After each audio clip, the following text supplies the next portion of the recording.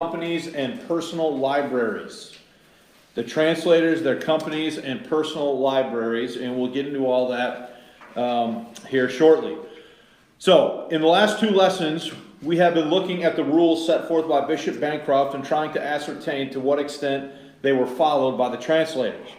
So in lesson 158, we looked at the rules observed in translation, and I laid out the 14 rules with a 15th added later, and we talked about all of that. And then last week in lesson 159, we looked at sort of part two of that, which was to what extent were the rules followed. And we tried to talk about how there's an interplay and exchange between the various rules that were laid out excuse me, by Bancroft there to govern the project. And we talked about how we looked at the rules as they were originally drafted, and then we looked at Samuel Ward's account from 1918 at the Synod of Dort as far as some extra things that he said they did and so forth. So we've covered all of that. One thing I do want to start with is the following, okay? I kind of made this timeline. A question came up right at the very end last Sunday after I had stopped the live stream and we went, when we were packing up and stuff. But if we start here at 1611 and kind of work down, so in 1611 you have the AV, the Authorized Version, the King James, okay? The base text of that is a 1602 Bishop's Bible. And so we talked about that. Rule number one told these guys they're to follow what? The bishops. We talked about how Peter Ruckman and other King James advocates over the years have said that they didn't follow rule number one, that it was a Catholic university campfire story and that didn't happen and that they followed Tyndale instead. All right? And then that raised some questions about this. Okay? So the bishop's Bible that they're using is 1602. Before that, we've already studied this, there were basically two editions of the bishop's Bible. The first one was in 1568, and the second revision was in 1572. This 1572 basically answers to that. This is basically the same thing, it's just that this one's printed in 1602. This is a 1602 printing of essentially the same thing that was revised in 1572, okay?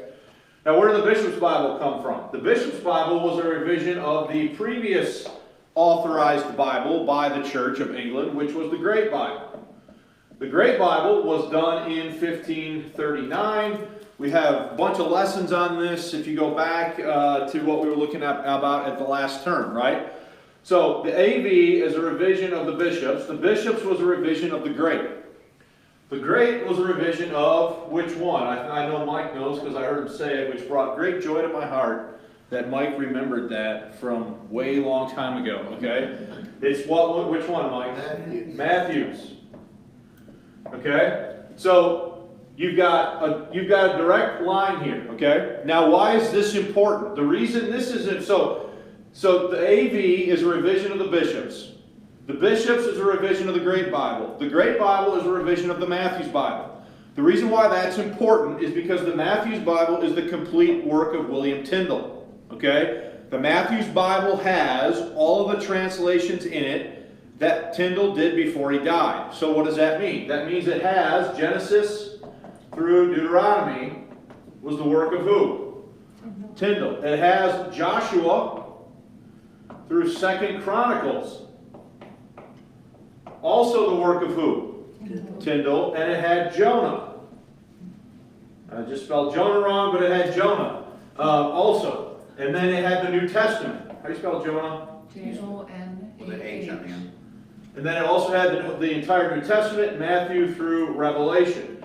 So, John Rogers, the guy who's responsible for the Matthew's Bible, was a personal friend of William Tyndale. Okay? When William Tyndale is executed, Rogers does the Matthew's Bible, and he includes all of this stuff here is the work of who? Tyndale. Okay? Everything else was moved forward from Miles Coverdale. Okay? So here's what happens. People who aren't clear on the progression and the historical succession here, they look at the King James and they see, well, that's somewhere between 80 to 90% who? Tyndale, and that's true. But the reason it is because where have all these Bibles what? Came from. Okay? So the reason the King James is 80 to 90% Tyndale is because the Bishops is what? 80 to 90% Tyndale. The reason the Bishops is 80 to 90% Tyndale is because the Great Bible is what? 80 to 90% Tyndale, right? And the reason the Great Bible is 80 to 90% Tyndale is because it's a revision of the Matthew's Bible, which was the complete work of William Tyndale. You following that? Okay? So, but what has happened then in the literature and in the writing and the teaching and so forth and the setting forth of a pro-King James position is people don't like the fact, some people don't like the fact that the Bishop's Bible was the Bible of the Anglican Church, and but they like Tyndale, and so they just want to see all of this as being referenced to Tyndale and not understanding the real progression through here of what's going on. So it's almost like they just want to leapfrog what they think they don't like and go here without realizing, well, all of these things are 80 to 90% Tyndale because of where they came from. You guys following that? Now, we've talked about that a lot in the past. So hopefully that's clear. So I want to start with that because this question came up kind of right at the end of where we stopped last Sunday, and I wanted to address it and get it recorded so that people who are listening to this could get that information that I kind of talked about off camera when we were done last week. So let's go back to the notes then. Well, anybody have just a quick, brief question or comment about what I just did? Just to clear up, yeah. Is there a Tyndale Bible, or is that what we're calling the Matthew's version? So, the Tyndale, there's a couple different, in 1530, and now it's probably too low for you to see this, but in 1530, Tyndale does the Pentateuch. He does Genesis through Deuteronomy. In 1526, he did the New Testament, and then there were a couple of revisions of his New Testament before he died. Okay? But the reason the Matthew's Bible, and I still say, and I said it last year when we taught this, that the Matthew's Bible is the most overlooked Bible in this whole thing. Because it's the Matthew's Bible that is the complete work of William Tyndale. His friend John Rogers publishes it under an assumed name because it was still dangerous to do that back in those days. And he advances all of Tyndale's translations to date that Tyndale had done before he died. Okay? That's extremely important that people understand that. So then, and this is the ironic bit of the whole thing, right? Is that then the Great Bible, the first Bible, and I talked to you about this back when we did this lesson. The ironic twist is that King Henry VIII ends up authorizing the Great Bible, which is essentially 80 to 90% the work of the guy he just burnt. Okay? And it's just one of those things, but it's the reality of the situation. Okay? All right. Introduction. In the last, we already did that. Today in lesson 160, we want to look at the translators themselves and how they were divided into companies. In addition, we will peek at the library of a translator to see how it might inform our understanding of their world of books, education, and availability of resources. So let's look at this first point right here, the translators and their companies. This is the main point, and then if we have time, we'll look at the stuff related to the library. So, one of the distinguishing features of the King James Bible is that it was a committee-produced project unlike its predecessors. Bible collector and historian Dr. Donald L. Brake states the following, quote, "Prior to the King James Version, translations were attributed to individuals, places of origin, or small groups. The Wycliffe, Tyndale, Coverdale, Matthews, and Travner Bibles were the work of individuals. The Great Bible, Coverdale, the Geneva, Whittingham, and Bishop's Parker Bibles, I think that should say Bibles, not Bible, were the work of one man assisted by a small band of scholars. The 1611 King James translation took the name of the king who officially authorized its production, but committees produced the translation work. The contributors were men who were highly qualified to perform the task that has made the King James Version a household name for 400 years."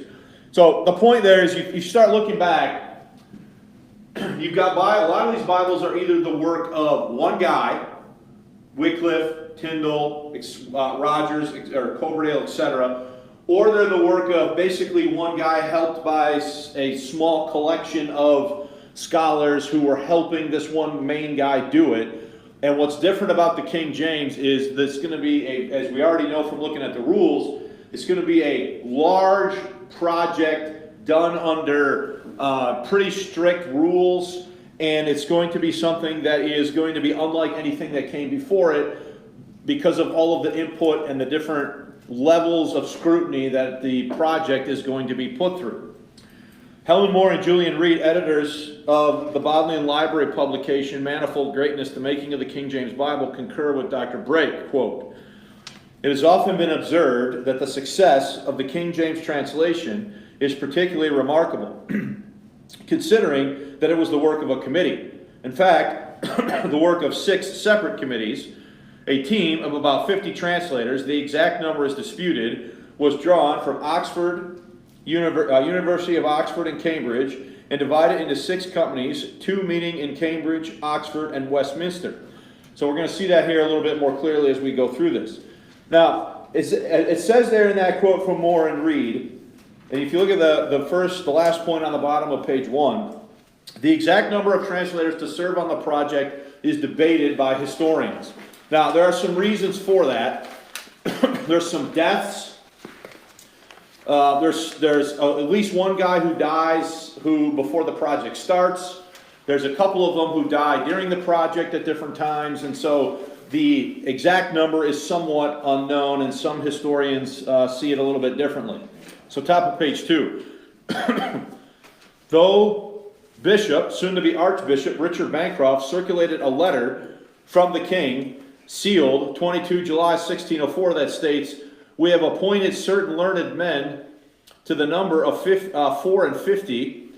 The surviving lists give 47 names divided into 6 companies, 2 each at Westminster, Oxford, and Cambridge." Okay? So, this official letter that's sealed by King James, that's dated the 22nd of July 1604, it lists 54 names. I'm going to come over here quick.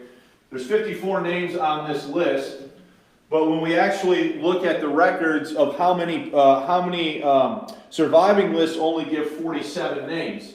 So there's a little bit of discrepancy between exactly how many guys end up being a part of this, all right? Now, I do have a picture here. I showed it last week, but for a different reason. The Bodleian Library's excellent book here, Manifold Greatness, has these images of the actual primary documents in it. So here's a picture of a document that is in the possession of the British Museum that has, in handwritten form, the list of the companies and the different men who are serving on the different translational companies that we're going to talk about here shortly. Okay, so this is a photo. Again, this is not a document that is available to the public, at least not online. So that's why I show it to you there out of the book. But that's where we're getting some discrepancy in terms of how many guys actually are on this or involved in the project. Look at the next point. Oxford scholar Gordon Campbell concurs with Dr. Norton that, quote, "the surviving lists of translators are not entirely consistent. That said, we know a good deal about most of them, and a majority were of sufficient standing in their profession to have been included in the Oxford Dictionary of National Biography," or bibliography, I should say. I read it wrong. So there's a book put out called the Oxford Dictionary of National Biography, which has on it all sorts of people, important scholars, important people in the history of England, etc., that are listed in this, and the majority of the King James translators were of sufficient enough standing historically that they have entries on them in the Oxford Dictionary of National Biography. Moore and Reed go on to comment on both the varied backgrounds of these men. I cannot read today. I don't know what's going on. Moore and Reed go on to comment on both the varied backgrounds these men came from, as well as their shared educational experiences. Quote, "Socially, the translators came from varied backgrounds. Some, the sons of urban tradesmen, others, the offspring of country gentlemen or provincial artisans. The origins of some are entirely obscure. While all were members of the Church of England, they represented widely differing opinions of the essentials of doctrine and church discipline, salvation, justification, the wearing of vestments, the use of ritual, and so on, reflecting the tensions that existed within the Jacobin Church. Academically, however, the translators inhabited the same world. An early education in Latin, the international language of scholarship, was followed by admission to university in their early mid-teens to study for a bachelor's, then perhaps master's degree, encompassing a broad curriculum of Latin and Greek authors, including prose, poetry, drama, history, and philosophy, mathematics, and astronomy. They were expected to be able to compose in Greek and Latin, to translate into and out of those languages with ease, and to teach, debate, and converse in those languages as if they were their native tongues. So, should they have been able to, by the academic standards of the day, basically take a piece out of Latin and Greek, put it in English, and put it back with ease? Yes. So, remember what I said to you a few weeks back about how these guys had nothing else to do? I mean, I do think that the level of scholarship here that is assembled, this collection of men that is assembled, is probably the greatest assemblage possibly of this type of scholastic achievement that possibly we've seen in world history. All right?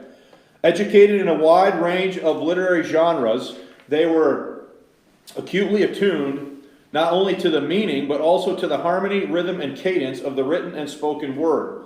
Several of the translators taught themselves the biblical languages of Hebrew, Syriac, and Aramaic, although these were not officially part of the curriculum. And many went on to hold official teaching posts within the university and their individual colleges. For the ablest, election to a college fellowship provided the chance to study for higher degrees, culminating in the doctorate of divinity, the ultimate goal for an ambitious scholar.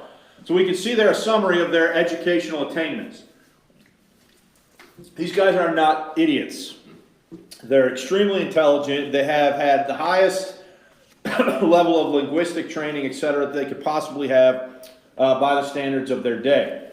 Latin, Greek, and then some went on to learn the other biblical languages of Hebrew, Syriac, and Aramaic. Okay, so these guys, they may have had diverse backgrounds.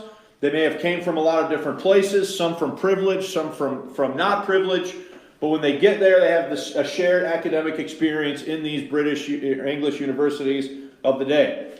Now, many works have been written over the years to chronicle the personal and professional accomplishments of the King James translators. Some of the more prominent ones include, from 1853, the translators revived a biblical memoir of the authors of the English version of the Holy Bible. That's by Alexander McClure. I have copies of that. A book that we've looked at a lot in the past, 1883, English versions of the Bible. J.I. Mombert has a lot of stuff in there about the translators. And then the next one is a date that I don't really know the answer to because I see conflicting dates. And conflicting by a lot of years, almost 100 years, which is weird. So I don't know if The Learned Men by Gustavus Payne was written in the 1950s or if it was written in the 1830s. I don't know. I don't know if it's two different guys. I don't know if it's two different books. I can't figure out if the one with the date of 1953 on it is a revision of what was originally written over 100 years earlier. I'm just not sure. But what I do know is that that book, The Learned Men, is about the translators to the King James Bible. Let's go to the top of the next page. In addition to the Oxford Dictionary of National Biography mentioned by Campbell, many of the books published in 2011 commemorating the 400th anniversary of the King James Bible included biographical information on the translators. Some of these works include Bible, The Story of the King James Version by Gordon Campbell. You want to see Appendix 1 if you have that book or have access to it. The King James Bible, this book, I brought this with me today. The King James Bible, A Short History from Tyndale to Today by David Norton. Manifold Greatness, that's this other one I brought with me. The Making of the King James Bible. and A Visual History of the King James Bible by Donald L. Brake. All of those 4 books there were written 10 years ago to commemorate the 400th anniversary of the King James Bible back in 2011. All of them have a ton of good information in them regarding the translators, biographical stuff, and then talking about how they were divided up into companies. So I had a lot of different options that I could pick from as far as how I wanted to present this to you. So if you look at the next point, I don't know if it matters, but I should probably catch this up to where we actually are on page 3. Given the host of information available on various translation companies, should say on the various translation companies, I believe, including their makeup and specific assignments, choosing which author's presentation to follow in this lesson was not easy. All of the various summaries are different and have their individual strong points. For the sake of time and space, I have chosen to follow Dr. David Norton's presentation in The King James Bible, A Short History from Tyndale to Today. So that's this book right here. So of all the choices I had, I decided to go with the way that Norton lays this out. Okay, now there's a couple reasons why, but I also want you to look at that next sentence. It says there, please note that I have removed all the book titles provided by Norton in Latin. One of the things that Norton's presentation does is he includes the titles of all the different books that translators had written, but he gives the original Latin titles. Okay, I'm going to put this up here for the camera so that folks on the internet can see as well. I thought that me reproducing all the Latin titles would be completely meaningless to you guys, so I just left it out. If you want to get that information, you can pick up the King James Bible, A Short History from Tyndale to Today by Norton and look at all of that yourself. So we're going to follow his general layout, and we're just not going to note all of the titles of the books that he gives for what the translators had done. Many of these guys have written other things. A lot of what they wrote was in Latin because they were scholars, and while English was, the common man had the Bible in English, if they wanted something to be read in those days by the scholastic world of Europe, they would have had to have written it in Latin because that's the way things were back then. Okay, so let's look at this. So we first have the First Westminster Company now, and this company is designed or tasked with translating Genesis through 2 Kings. And this is what I was getting at last week when we were talking about the rules and whether or not they were followed and whether or not each person did their own translation. And I pointed out to you here on this document that you can see that that group was divided up into 2 different groups. One was going to do Genesis through Deuteronomy, and the other one was going to do what? It'd be Joshua through 2 Kings, I believe. And so we were talking about that, or touched on that briefly last time. So I want to look at that in a little bit more depth here, okay? So, let me see if I can get that better there. Okay. So the first company is the First Westminster Company, and they're going to do the section of Genesis through 2 Kings. Now we have names here, and we're going off of these document. The document that I just showed you breaks things up.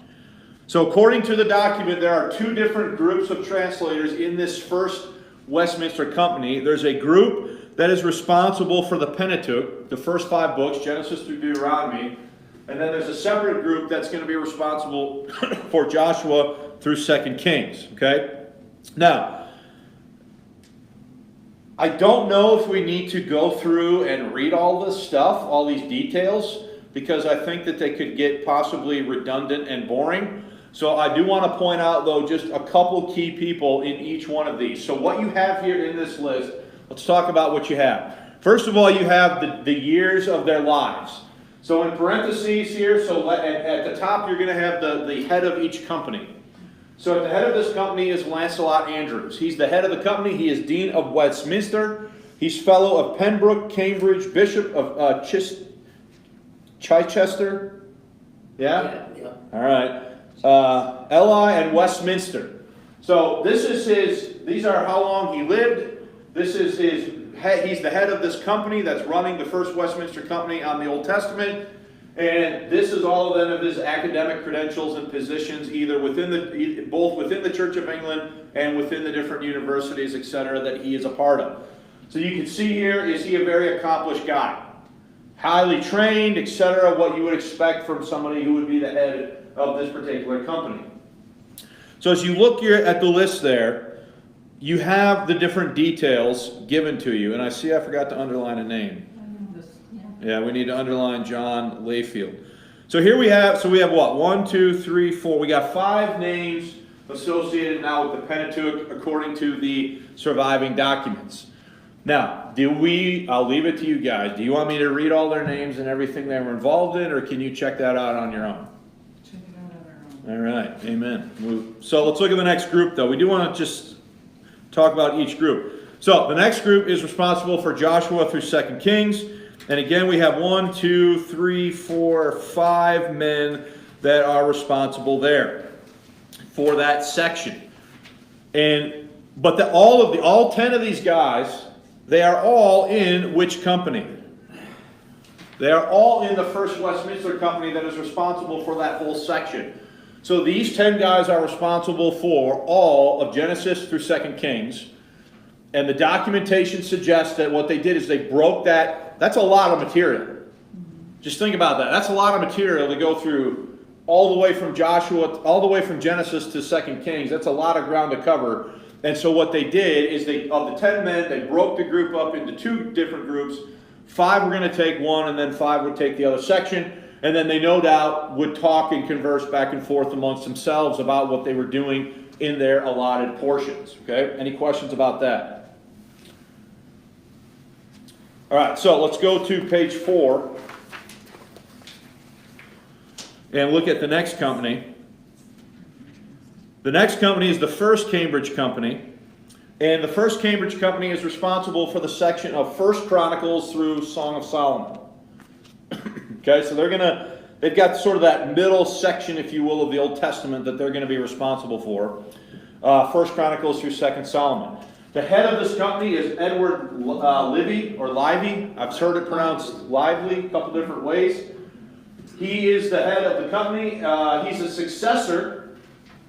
Let me read this. He's a successor as head of the company, unknown. Perhaps Spalding, then Bing. So you notice he dies. This is why I'm saying this. When does he die? 1605. 1605. So does he die in the middle? So when he dies, is somebody else going to have to replace him as the head of the company? So we don't know for sure who it was. In other words, so we don't have solid documentation to say which person is going to replace him.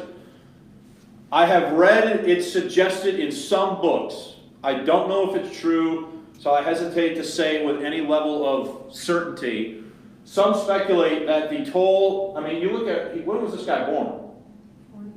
He's born in 1545, so when this thing starts in 1604, is he pretty old by the standard of those days? 60. So some say that the toll of the work on the translation, he was working so hard on this that he basically worked himself to death. I don't know if that's true. I've read that in books, but it's one of those things where I'm like, short of there being some sort of clear documentation for that, I'm not going to repeat that as true because I don't know. Just share that with you. Couple things to point out here, though. Some of the other people. It's important to note Lawrence Chatterton. Lawrence Chatterton, as I have here, was part of the Puritan delegation at Hampton Court. So he was one of the men of the 4 that stood before the king at Hampton Court. He is on the First Cambridge Company, responsible for 1 Chronicles. The rest of these guys are pretty much, you can see there, Roger Andrews is the brother of Lancelot Andrews, who was in the other company. And then we can come to the First Oxford Company, who's responsible for the prophets. So turn to the next page. Well, actually, at the bottom of 4, I guess. Here we have John Harding as the head of this company. And then we also have John Reynolds. John Reynolds is important because he was the main speaker at Hampton Court representing the Puritans. So here is another member of the Puritan delegation that is on a particular translating company. And you can see also, when does he die? He also dies before the translation is over. So some of the men that are on this originally are obviously passing away while the project is still ongoing. This is potentially one of the reasons why, again, these numbers over here differ as to exactly how many men were involved in the project. Okay? Let's go to top of page 5. Another important name to note here is, in this company, is Miles Smith. Okay? He dies in 1624. He's the prebend of Hereford, Bishop of Gloucester, and with Thomas Bilson, one of the two final reviewers of the King James Bible, and author of the preface. So there are two men who are going to see the whole thing through to the press. So in other words, when the translators are done, and they have everything the way they want it, two men are going to take it to the printer and are going to be involved with the King's printer, Robert Barker, in seeing the thing through to the press. One of them is this gentleman right here, Miles Smith, and he is also the one who wrote the famous preface, or the translators to the reader, that is in the front of a 1611 King James Bible. So Miles Smith is also an important figure, and you can see that he died in 1624. Okay, now we can come to the second Cambridge company now, which is responsible for the Apocrypha. A couple names here that we need to note. The first one is Thomas Ravis, who was the head of the company, but you'll notice, when did he die? John Duport. Am I on the right spot? I'm on the wrong spot. Oh, above that. Yeah, sorry about that, my eye jumped. John Duport, yes. So he is head of the Apocryphal company. You can see his credentials there. A couple other names, though, that we're going to want to point out here. There's a gentleman here named William Brainthwaite. Brainthwaite is a translator. He serves on the Apocryphal company.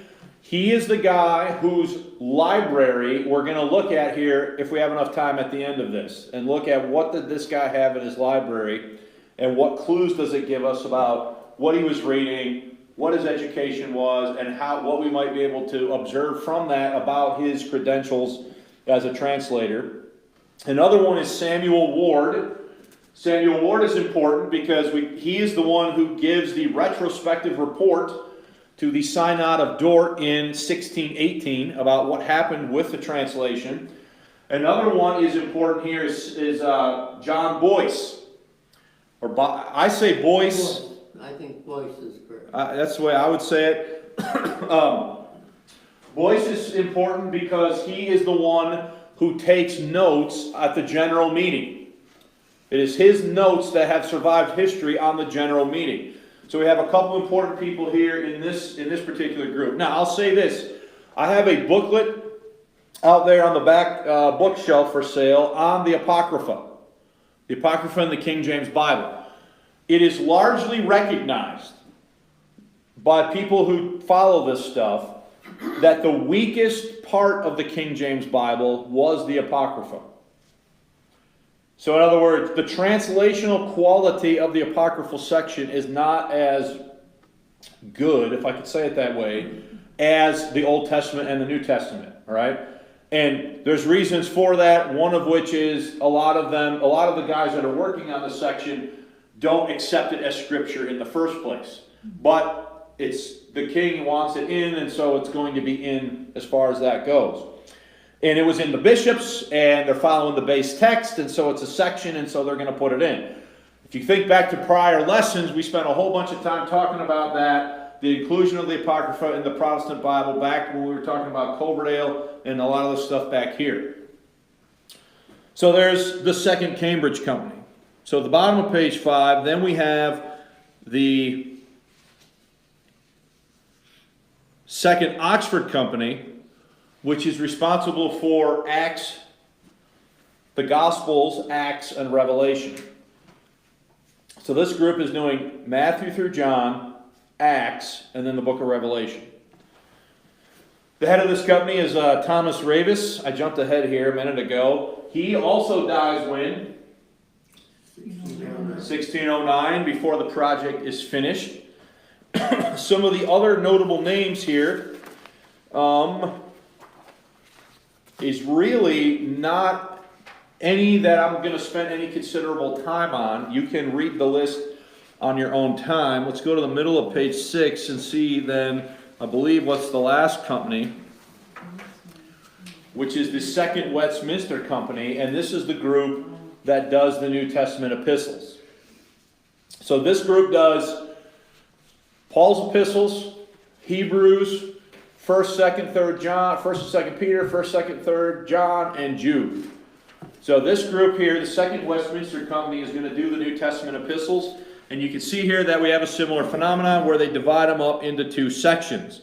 You have a group doing of one, two, three, four. A group of four doing the Pauline epistles, and then you have a group of four, I believe, doing what are called or 2, 3 it looks like, at least on this list, doing what are called the Jewish, what I'm calling the Jewish epistles, what you might hear in other books referred to as the Catholic epistles or something like that, okay? So let's look at a couple of the names here. So in this particular group, we have William Barlow. He is the head of the company. William Barlow obviously is an important figure. He is the one who took notes on the Hampton Court meeting, and he is the one who wrote the sum and substance of the conference at Hampton Court in 1604. He is the head of this company, so he is an important guy. John Spencer is an impressive fellow. He was Greek lecturer at Corpus Christi College at the age of like 19. He's definitely very versed as far as the languages go. And then you have the three guys there at the bottom of page 6 and the top of page 7 that are responsible for the Jewish epistles, which would be Hebrews through Jude. Nothing significant there that I want to note at this time. But I've given you all of the names that survive that we know had something to do with it. I've tried to give you their dates. You can see at the top of page 7, this William Dakins is another guy who passes away in 1607 before the project is over. All right, so you can see what's happening here with some of these men. Many of them, at least by my count, at least 4, possibly more, are passing away before the project is over. So we have 6 companies, 2 at Oxford, 2 at Cambridge, 2 at Westminster. Each company is assigned an allotted portion of the scriptures to go through, to translate, to revise, etc. And then they're supposed to compare what they have, and then there's going to be at the end of this, as we saw from our looking at the rules the last 2 weeks, there's going to be a general meeting where all of these things are going to be discussed. So before we move on, does anybody have any questions? All right, page 7. According to Dr. Norton, several other names deserve a mention as having taken part in the work. He says, quote, several others took part in the work either as replacements for those who died or in some other way. Thomas Bilson, 1546 through 1616, Oxford scholar, theologian, and Bishop of Winchester, is not recorded as belonging to any of the companies, but helped to coordinate the work, and Miles Smith helped to coordinate the work, and it's him and Miles Smith, so I think I might have a word missing there, saw the King James Bible through the press. So Bilson and Smith are the 2 guys that are going to take what the translators have and bring it to the printer, and then have it printed. Okay? Now, you understand that that whole project now is going to have to be typeset by hand for the whole Bible, including the Apocrypha. So just because the translators are done, they hand over whatever it was they handed over to these guys, and these are the 2 guys, Bilson and Smith, who are now going to take it to the printer and are going to see the thing through till it's actually done. You following that? Help coordinate, he is supposed to have written the chapter summary, so Miles Smith is supposed to have written that. Thomas Thorne, Oxford scholar, Bishop of Chichester, is described in a 1606 letter as a member of the Oxford Old Testament Company. William Eyre, fellow of Emmanuel College, Cambridge, Hebraist and Orientalist, seems to have become a member of the Cambridge Old Testament Company. He lent James Ussher a manuscript of the company's work, and a name that looks like, but is not certainly his, appears added to the names of this company in Bodleian manuscript AD 4254. So here's some other names that are associated with this, and George Reeves, and he is warden of New College, Oxford, and was an overseer at Oxford. So there are a few other names there that we need to note their significant contributions. Others whose names we know, who may have been involved, are James Montague, later Bishop of Bath and Wells, whose name appears in one list of as replacement for Eads in the Second Oxford Company, but he was not an Oxford man. Arthur Lake, fellow of New College, Oxford, and Thomas Spark, one of the delegates to the Hampton Court Conference. Finally, there is Richard Bancroft. I don't know, I have to check that word. That's not the right word. Archbishop of Canterbury in 1604, and his role was primarily organizational, but he contributed some change to the text. So, you can see why we don't really know for sure exactly how many names to associate with this. All right, because some are dying, some potentially are replaced.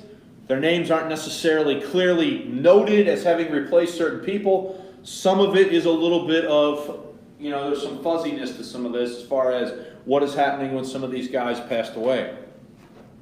After outlining the scope of all the men who served during the translation process, Norton offers the following summative statements about this collection of scholars. He says, quote, "All these men had two things in common: scholarship and, except for Seville, position in the church, primary qualifications for the work.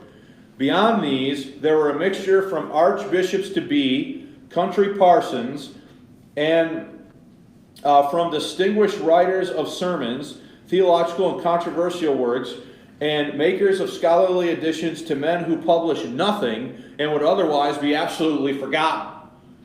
So some of the guys on the list, the only reason we know who they are is because they were on the list. There's nothing else that we can say they actually what? Did. Doctrinally, they range across the spectrum of the established church, from high church establishment figures to Puritans. One thing very few of them did was write imaginative literature, and with a few exceptions such as Lancelot Andrewes, viewed through the eyes of T.S. Eliot, none had a reputation for their ability to write English. So these guys are not English linguists. They are language scholars.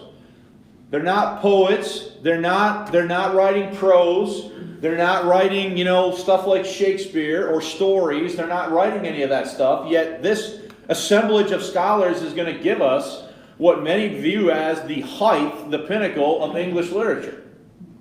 Okay?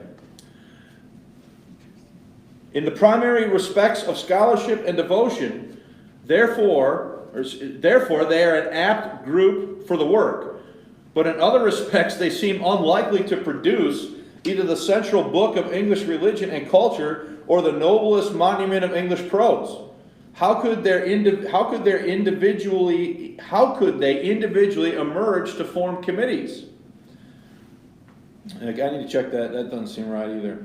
Where is the genius worthy to be compared with, and by some even found superior to, Shakespeare? Such questions have been asked, but are in some ways the wrong questions. So the point is, did any one of these guys write anything else notable in English? Nope. Yet, all this praise is heaped upon them for their work here. This is the point that Norton's making. He's saying, look, those are the wrong questions. They're asked through a perspective of time that sees the King James Bible as something that it was not seen as in its own time. So in other words, when this flurry of books are written 10 years ago to commemorate the 400th anniversary of the King James Bible, Do people have the benefit of time to look back on this thing and see what it has become and what it has meant to the English-speaking world over more than 400 years? At the time, though, back when this thing rolled off the press, were people just sitting there praising it as the best thing that ever was written in English? That was not what was happening, okay? Perspective of time that sees the King James Bible as something that it was not seen as in its own time. And they are asked as if these many men were the sole creators of the King James Bible. What is needed is to see how they worked, not to make the King James Bible, but to polish the work already so intensely drafted. This is a key point, okay? They are revising an entire lineage of stuff that's fundamentally started with who? Tyndale. Okay? So they're polishing something that has already been set forth. So a lot of what they're doing is just retaining what's already there. They're not changing everything wholesale. They're not starting, as I've said a couple times already, they're not starting with a blank page and a Greek and a Hebrew text and starting over from scratch. That's not what they were doing. So a lot of how we view it then is going to be determined by how we understand where it came from. All right? Now, any questions about any of that? All right, so Norton's book here, the King James Bible, A Short History from Tyndale to Today, does something that none of the other books that I've ever seen on the translators does. He does something extremely unique.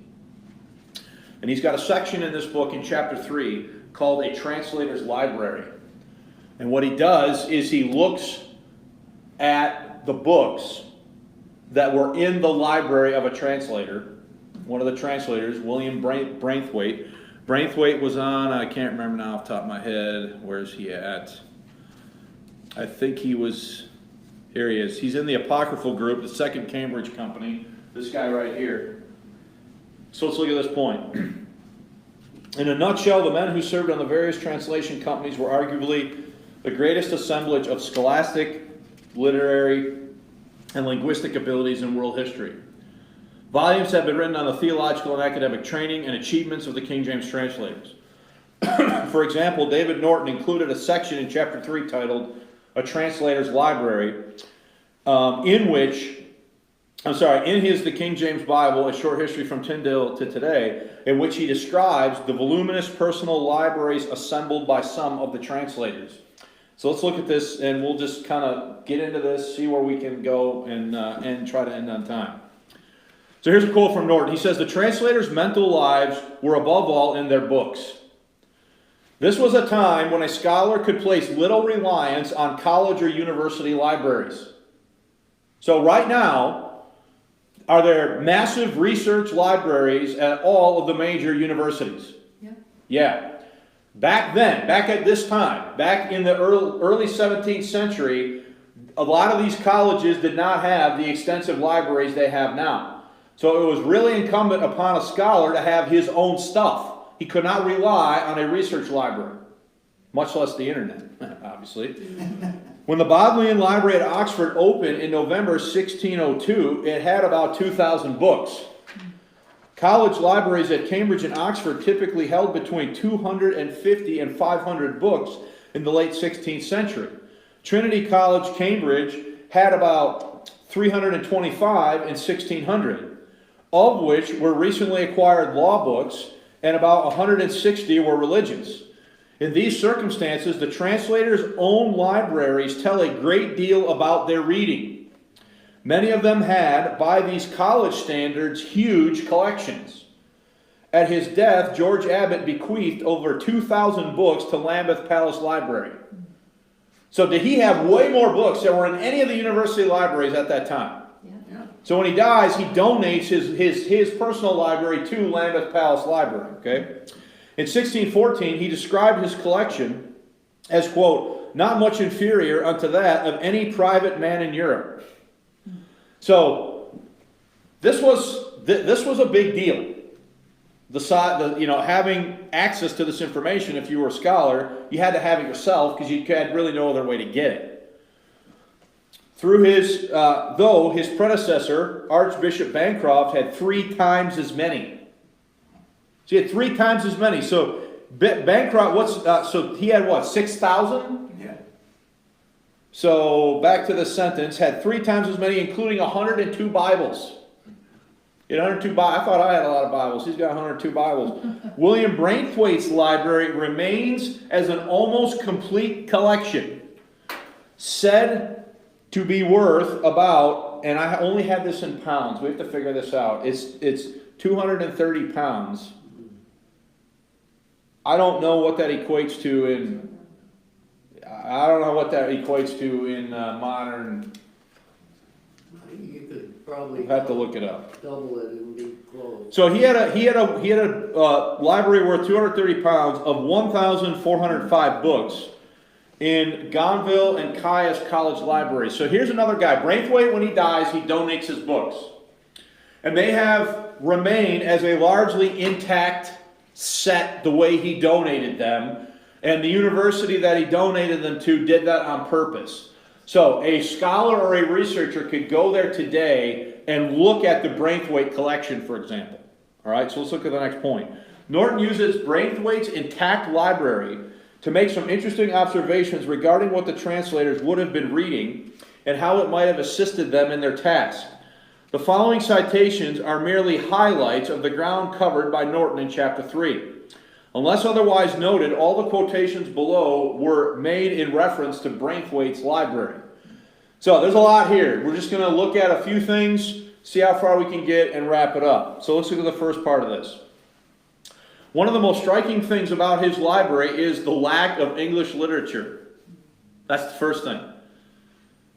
Imagine a guy who's on the committee to translate what is now viewed as the pinnacle of English literature, doesn't even have a single book of English literature in his library.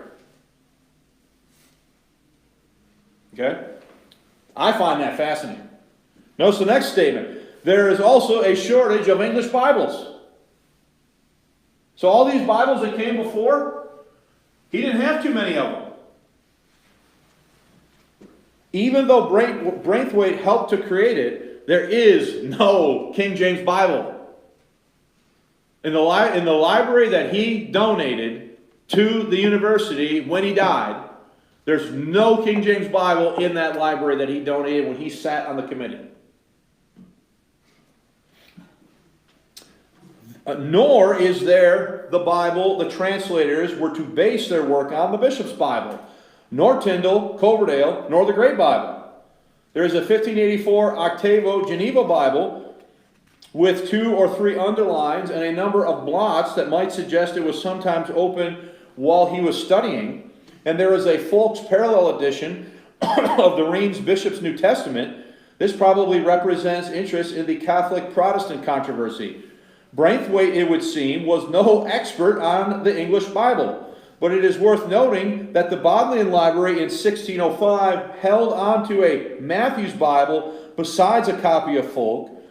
Lively had only a Coverdale Old Testament, and the Library of Emmanuel College had no English Bibles among its 500 volumes. It may be that the command to consult the earlier English translations took most of the translators into unfamiliar territory. Indeed, it is possible that some groups of translators did not have access to the work of all of their predecessors. Now, that's mind-boggling to me. Okay? But that's a statistical analysis of the Brainthwaite library that was donated. Now, could it be that there were other volumes that he had given away or that had been lost? It could be. But if you look at what's there now, cataloged and entered into the catalogs of the library, what Brainthwaite gave when he died, a lot of things that you would expect to find are not there. Okay? Continental religious works in Latin, including Catholic works, dominate. So that's what made up most of what he donated, of the 1,405 volumes. This is an important reminder not just of the scholarship, not just that scholarship was international and dominated by Western Europe, but also that Latin was its common language. At work, the King James Bible translators, creators of what has been called the greatest of English classics, thought and wrote in Latin, a language they described themselves as having been exercised in almost from our very cradle. So, what language? If you look at Boyce's notes, like we'll do, he's sitting there they're talking about the English Bible, and he's sitting there taking notes in Latin and Greek while they're talking about it. Okay? Brainthwaite had a small collection of non-English Bibles.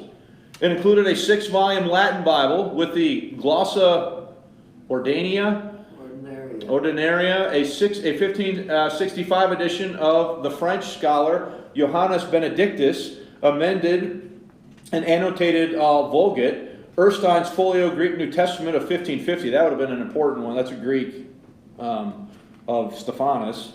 A 1570 parallel Greek and Latin New Testament with commentary by Matthias Felicius Illyricus, Philip Melanchthon's 1545 Greek Bible, even the Septuagint Old Testament and Apocrypha, as well as the New Testament. So it almost seems like he has more foreign language Bibles than he does what? English Bibles. No more than an indication of the range of religious works can be given here. There is an extensive, approaching, exhaustive collection of the Church Fathers, mostly in Latin, sometimes in Greek. Also extensive is the collection of commentaries, medieval, Roman Catholic, and Protestant. Other books were of very peculiar use for a translator, or particular use for a translator. He owned Robert Erstine's 1555 concordance to the whole Latin Bible, and Henry Erstine's of 1594 to the Greek New Testament. For a Greek dictionary, he had the greatest one of the time, not only of the time, but for generations to come, Henry Erstine's Thesaurus Linguae Graecia. He also had Johannes Posius Syntax Graecia and John Clarke's work on Greek pronunciation. These are scholars' books, but they are curiously few for a man who had a reputation as a Greek scholar. For Hebrew and Chaldee, as Aramaic was then called, he had a variety of works by Petrus Martinius, Munster, Pangenius, Elias Latvia, Johannes Richelieu, Theodore, whatever. So you get in all these names, these are all continental European guys, right? His collection, next paragraph, his collection of theological and controversial works was even more extensive and adds many names, medieval, Catholic, and Protestant, than those given earlier. Brainthwaite's mental world was preoccupied with religion, but not limited to it. He had a good collection of literature that is of the Greek and Latin classics. There is literature that is philosophical, not scientific. But some of the translators, notably Seville and Samuel Ward, had considerable scientific interests. Nevertheless, Brainthwaite's collection gives a very good sense of the predominantly Latin and religious world of books that filled the minds of the translators. Some of the Cambridge translators and libraries supplement this picture, particularly in relation to Hebrew studies. The inventory of Edward Lively's books includes 4 Hebrew Bibles, one with Syriac or Chaldee New Testament, another Syriac New Testament, the prophets with Targum, a Latin Targum, the minor prophets, and commentaries.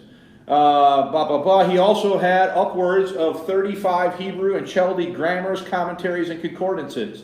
A number of the translators came from Emmanuel and would have studied in the library, which at the end of the 16th century held 8 Hebrew Bibles, including Munster's 1534 Hebrew Latin Old Testament and 34 volumes of lexicography and philology, mostly devoted to Hebrew. The collection probably reflects Lawrence Chatterton's interest and influence. Chatterton owned what is perhaps the most interesting Bible connected with the translators, a 2-volume 3rd edition of Bommer's Hebrew Bible. The markings and annotations show that he or one of his contemporaries read not just the text, but also the surrounding material. The annotations and marks cluster in the part of the first Cambridge Company worked on. First Chronicles and Song of Solomon and some of the prophets. Amos and Habakkuk were worked over intensively, and more lightly Isaiah, Hosea, Obadiah, Micah, and though not one of the prophets in the Hebrew Bible, Daniel. In Chronicles there are underlines in both Comanches and Rashi's commentaries and occasional corrections in Hebrew. There are also signs of attention to the correctness of the Hebrew text, as at 1 Chronicles 8:8, where the print of two words as one is underlined. Markings resume in Ecclesiastes. Just skipping ahead now, just to the end of this. As with Brainthwaite's work, this gives a tantalizing glimpse, possibly, of the work being done. So in other words, in that book, there's stuff written in the sections that were assigned to the translators. So somebody working on the translation obviously canvassed this particular book and made notes in it as they were doing their work. Okay? So, what it does show with certainty is that the translators could and did read the Jewish material. Now, that's important because they're working on translating the Old Testament, which was written in what language? Hebrew. Okay? So, I personally find Norton's material there on the library of the translators to be very informative and fascinating. It seems like they have more dictionaries and things for other languages than they do for their own language, for the Bible that they're working on. So a lot of things to consider here. This is no doubt, though, one of the greatest assemblages of scholastic thinking that has probably ever happened in world history. Okay? So we are past time. I figured we would go a little bit long. I hope you weren't too bored there on that last part. The reason I included that last part about the library is because I don't know of anywhere else, and I've looked at quite a few things. I would not say I've looked at everything, of course, but I've looked at a lot of things, and I have never seen anybody look at what their libraries of the translators might tell us about what they had available to them and what they might have looked at when doing their work. So, we're past time. I'm going to end the stream, and if you want to stick around and ask a question,